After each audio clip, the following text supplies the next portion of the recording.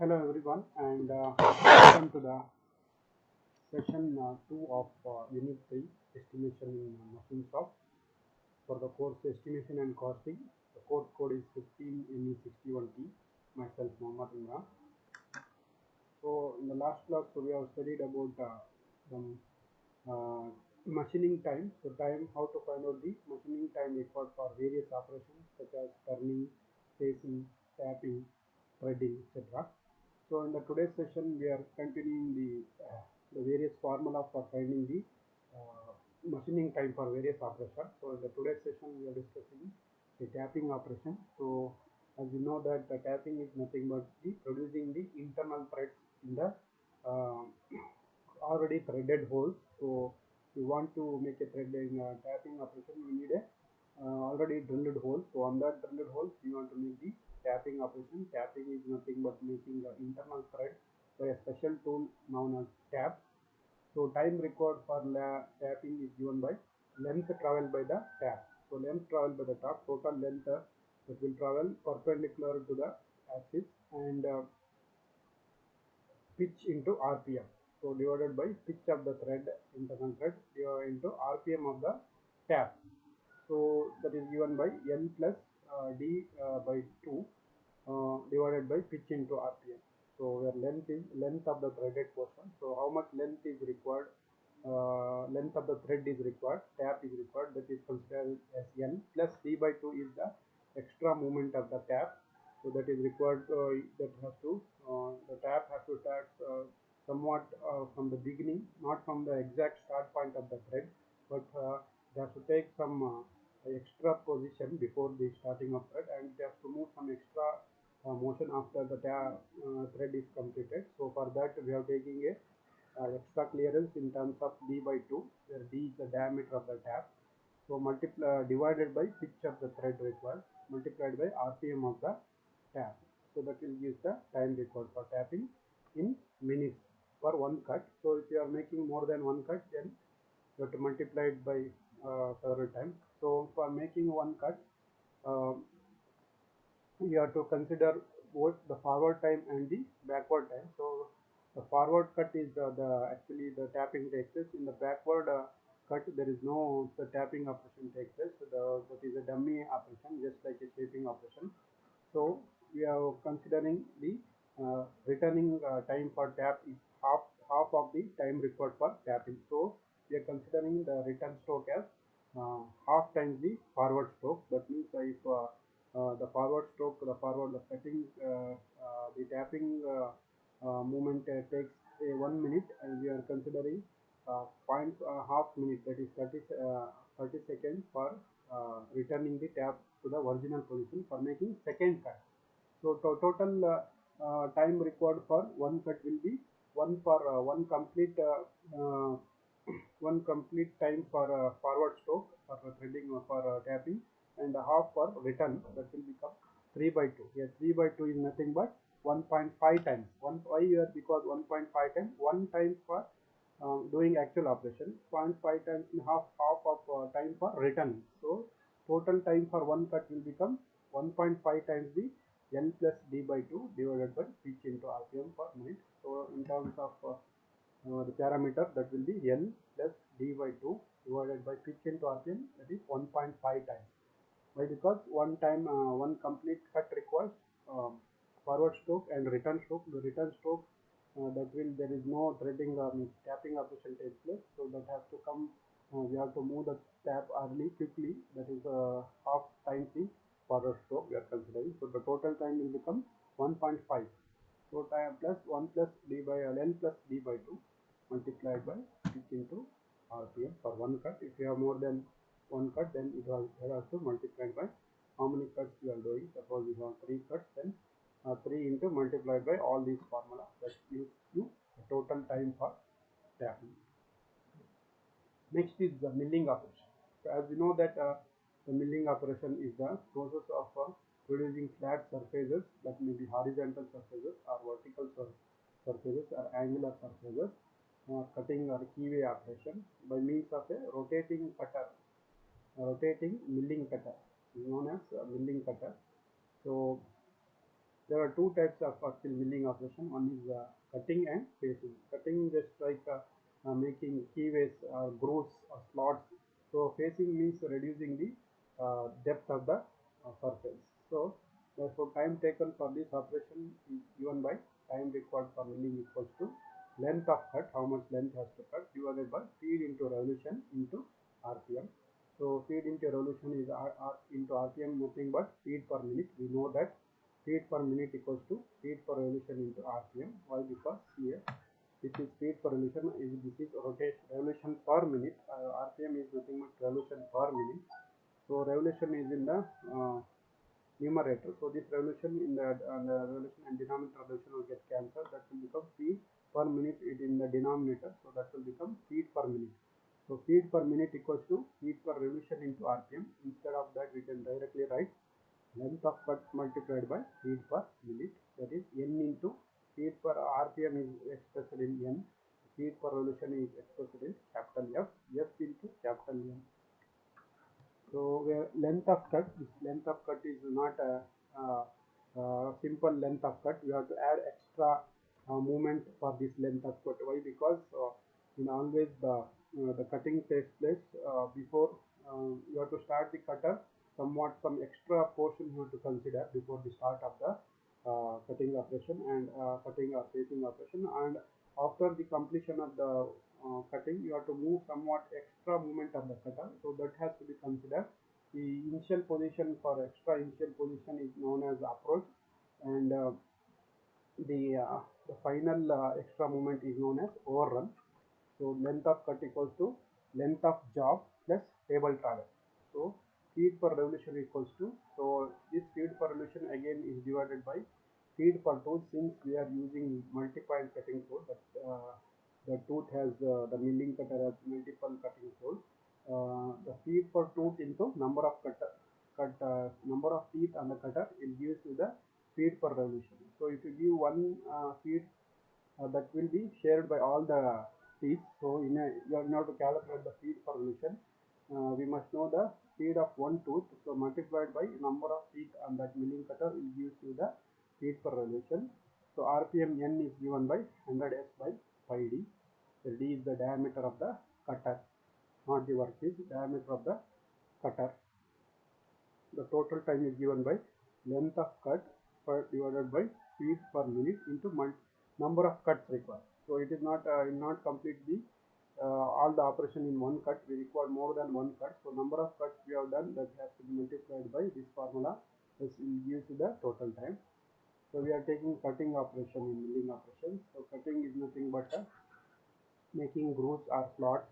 Since here this is the cutter here. So initially it has will not start the cutter from here. So initially you have to take some extra position of the cutter. So that is called as approach.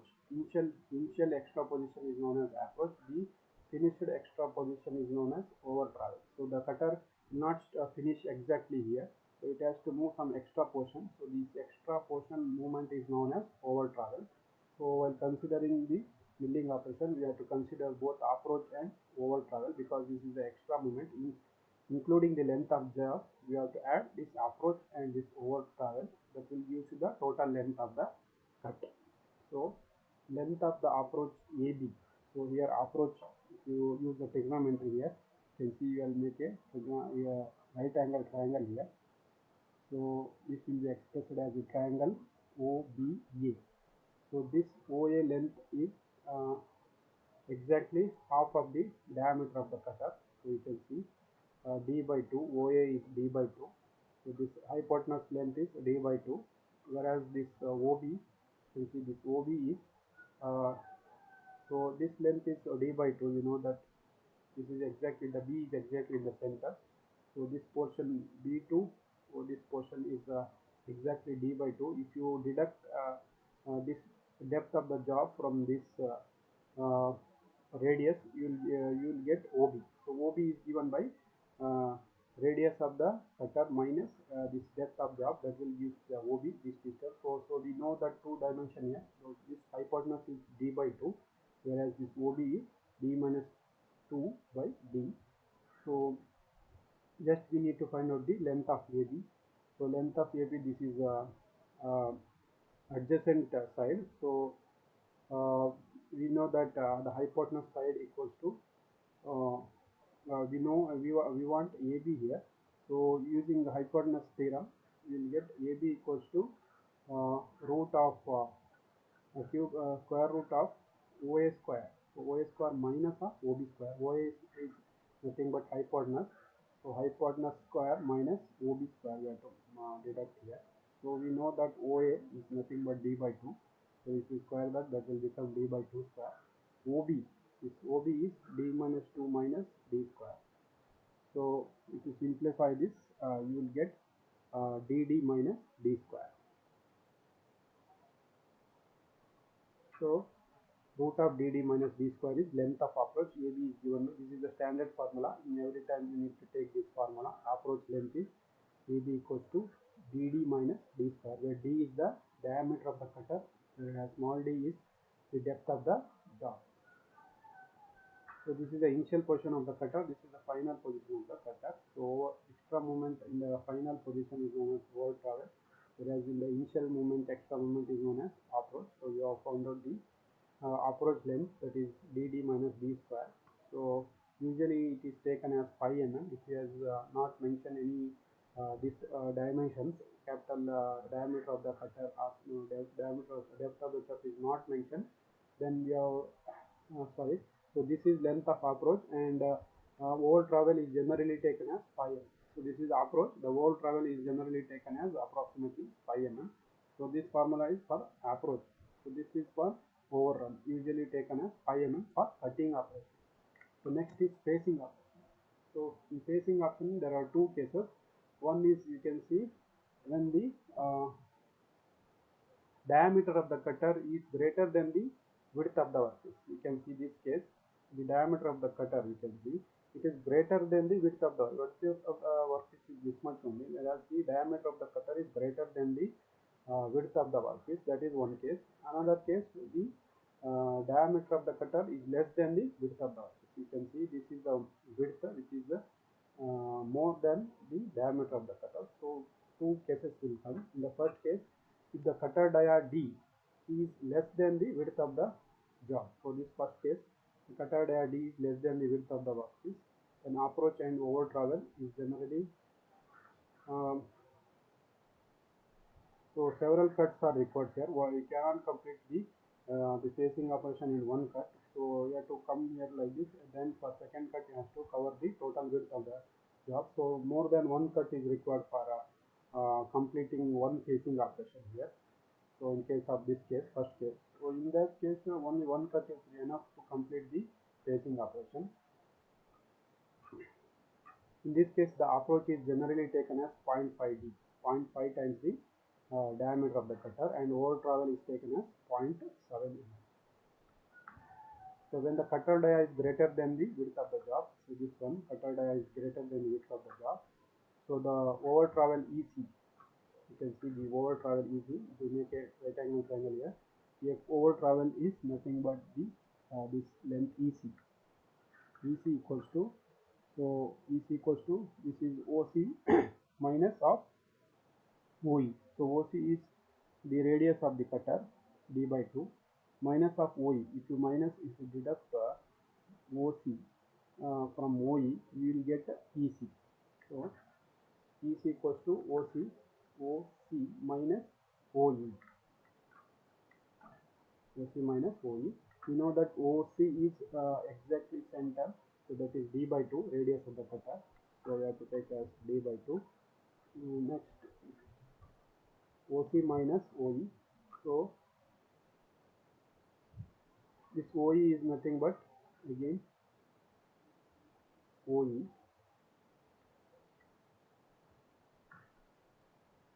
This is OC is d by 2. You can see this OC is d by 2 minus of OE. OE is a right angle triangle, so you can get OE by this right angle triangle in which OA is hypotenuse. So if you want OE, then you have to deduct OA square minus of OM square minus of AE square. OA square minus of AE square, that will give the OE. So d by 2, OA is d by 2 here. OA is d by 2, again the radius of the circle here, d by 2 minus of AE, so this AE is nothing but width of the workpiece. You can see this touch here, okay, exactly width of the workpiece. Width of half of the width of the workpiece, W by 2. So AE is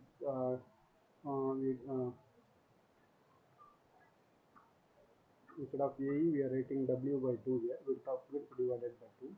So if you translate this everything, the values you can see here, you will get half, this will be half you have to take as common.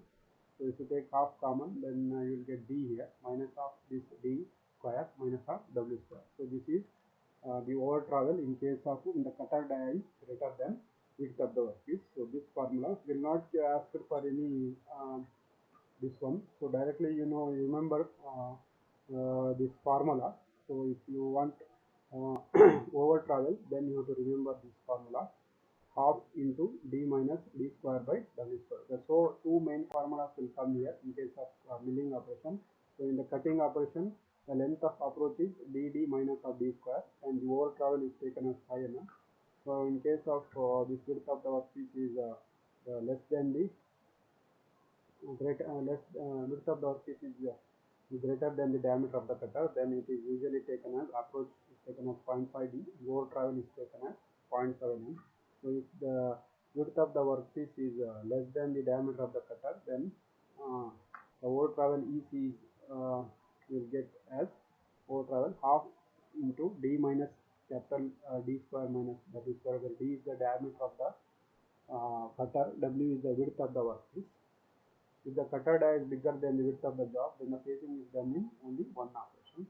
So approach is generally taken as over 0.5 times dd.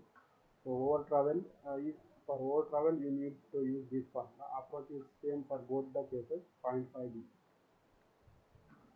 Grinding operation, this is the process of removal of small amount of material by means of abrasion. The important methods of grinding are surface grinding and cylindrical grinding.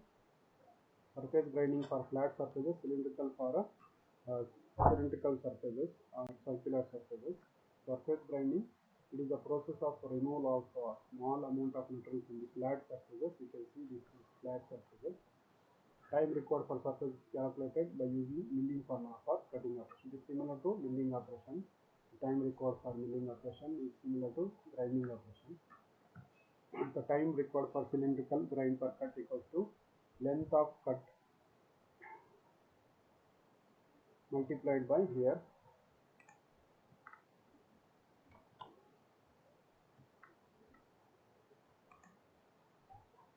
length of cut multiplied by feet per revolution into RPM. The length of cut equals to length of job plus over travel. So L plus 0.5 cm. Speed per revolution. The speed per revolution is taken as W by 2, where W is the width of the workpiece for rough cut, and W by 4 for finish cut. So where W is the width of grinding wheel. So the time required for grinding is given by length of cut divided by feet per revolution into RPM. So length of cut is given by length of job plus over travel. So over travel is taken as 0.5 centimeter. So for feet per revolution is generally taken as W by 2, where W is the width of the grinding wheel for rough cut, W by 4 for finish cut. Shaping operation. In this operation, the cutting is done in one stroke called forward stroke, and the return stroke is a dummy stroke or idle stroke. There is no cutting action takes place during the return stroke. If you consider L equals to length of the job in centimeter, S equals to length of stroke in centimeter. So L plus 5. The total length of cut is L plus 5. N is cutting stroke per minute. So effective speed equals to E equals to S divided by 100 N to N meter per minute. So generally effective speed is 3 by 5 times average speed. The speed is maximum at the middle of the stroke, and it is minimum at the beginning of and the end of the stroke. So for calculation purpose, the average cutting speed is C is considered.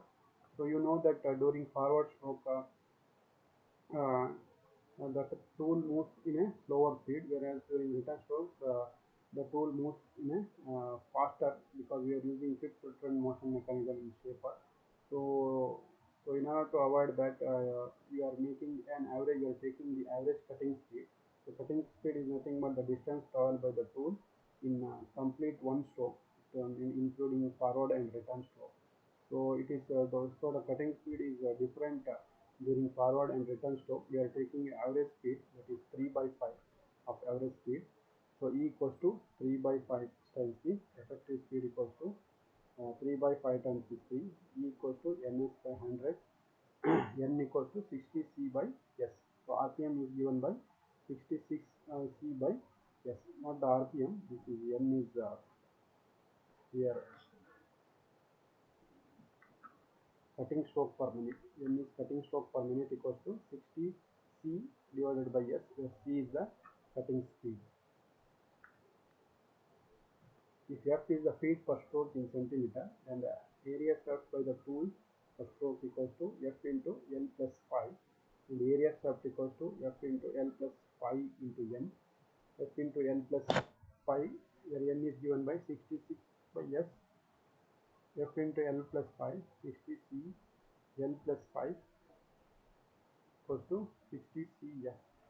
So time for shaping operation is given by L plus 5 and B plus 25 divided by 60 CS. You don't remember all those things. It will not be asked for an examination. You must remember the formula for shaping operation, that will be given by time for shaping operation equals to L plus 5, B plus 2.5, where L is the length of the workpiece, B is the width of the workpiece. 60 CF, C is cutting speed, speed is F is speed per stroke in centimeter. That was you have to remember, nothing but there is nothing more here. Just you have to remember time for shaping work equals to L plus 5, B plus 2.5, 60 CF. C is the cutting speed, F is the speed per stroke in centimeter, L is the length of the workpiece, B is the breadth of the workpiece. Thank you for watching this session.